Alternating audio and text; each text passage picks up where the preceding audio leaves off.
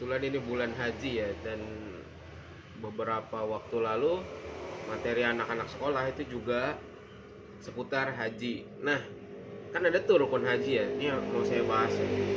Sorry kalau ada suara-suara motor di sana ya, karena memang saya lagi di pinggir jalan. Ada warung saya di pinggir jalan ini. Nah, yang pertama itu kan rukun haji itu ada ihram. Ihram itu katanya niat dan menggunakan pakaian ihram, ya kan? Maksudnya apa sih niat? Kita segala sesuatu, kalau kita mau melakukan sesuatu, ya harus dengan niat yang bersih gitu kan, niat yang suci, niat yang tulus.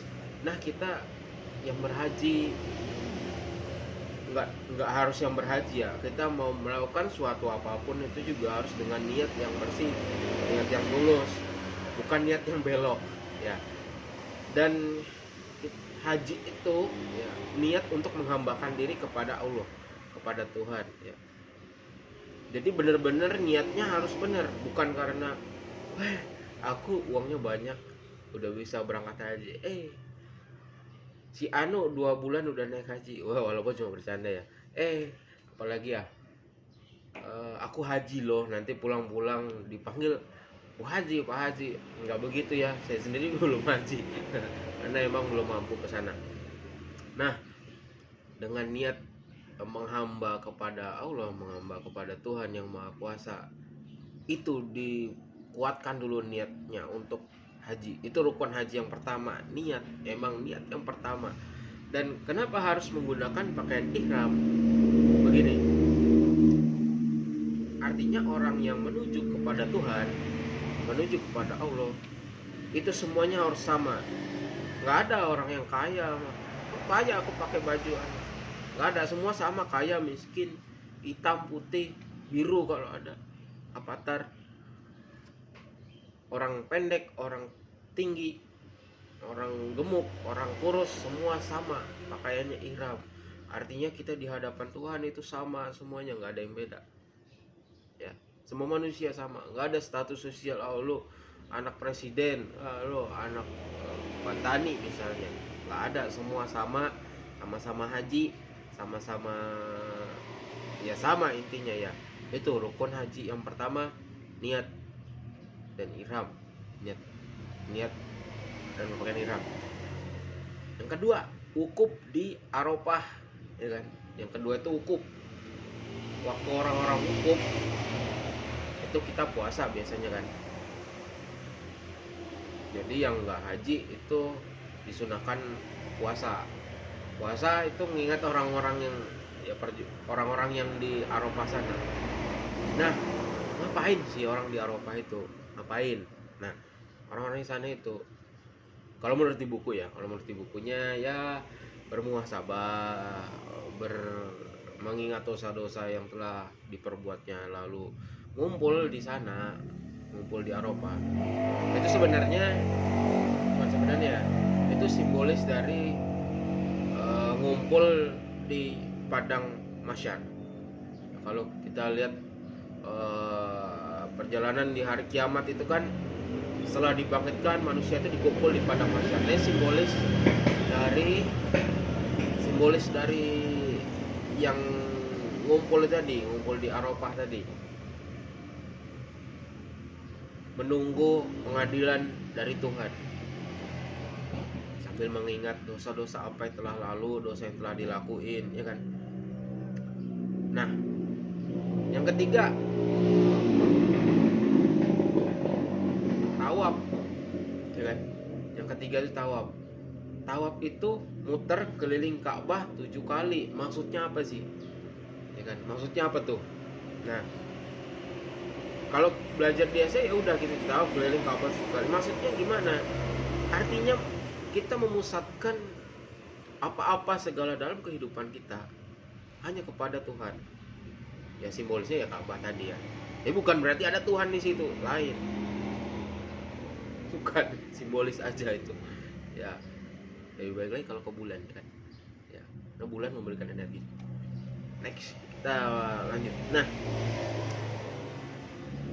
jadi kita memusatkan diri, ya, memusatkan diri kepada Tuhan. Apa-apa yang mau kita lalui, coba niatkan dulu. balik lagi ke niat tadi, niatnya menuju kepada Tuhan.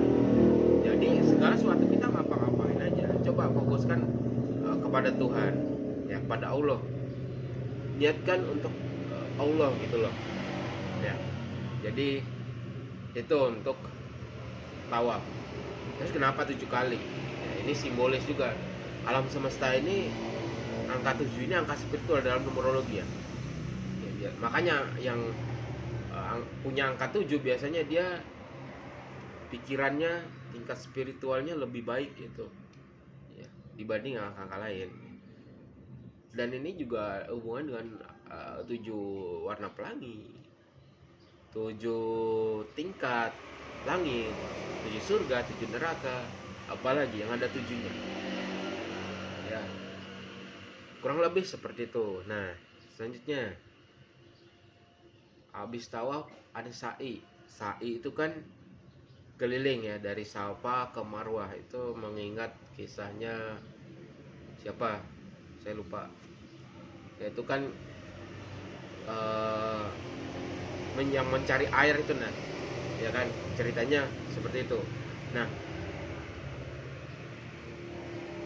lari-lari kecil itu menandakan kita tetap harus usaha ya, kita berserah diri pada Allah, meniatkan kepada Allah, berusaha tadi apa-apa pada Allah, tapi tetap berusaha, tetap simbolis dari ya kita tetap tawakal gitu. Habis kita berserah diri, ya kita usaha, habis itu berserah diri gitu. Bukan apa-apa usaha mulu atau malah nggak usaha sama sekali. Nah itu yang salah ya. Next, selanjutnya yang terakhir ada tahalul. Tahalul itu kan motong rambut 3 biji, 3 helai. Nah kalau di buku kayak gitu, tapi biasanya kalau orang potong rambut itu dibotak biasanya kan. Tapi sembarang aja sih, siapa aja yang mau. Nah kenapa harus potong rambut? Itu simbolis dari rambut ini kan tumbuh dari yang sudah lalu gitu ya.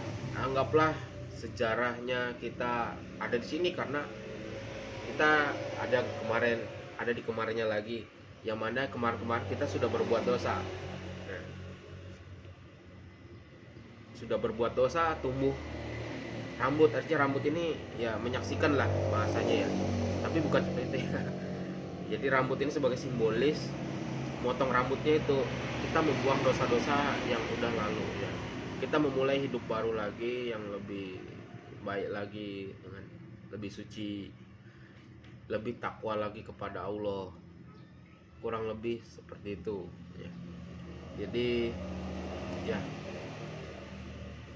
momen haji ini sebenarnya penting ya buat semuanya ya, tapi dengan syarat menyadari seperti yang saya bilang tadi, dari kelima ini paham nggak maksudnya ngapa-ngapain itu, jangan sekedar melakukan ritual tapi nggak tahu apa-apa gitu loh ya. Jadi kurang lebih seperti itu. Semoga bermanfaat. Assalamualaikum warahmatullahi wabarakatuh.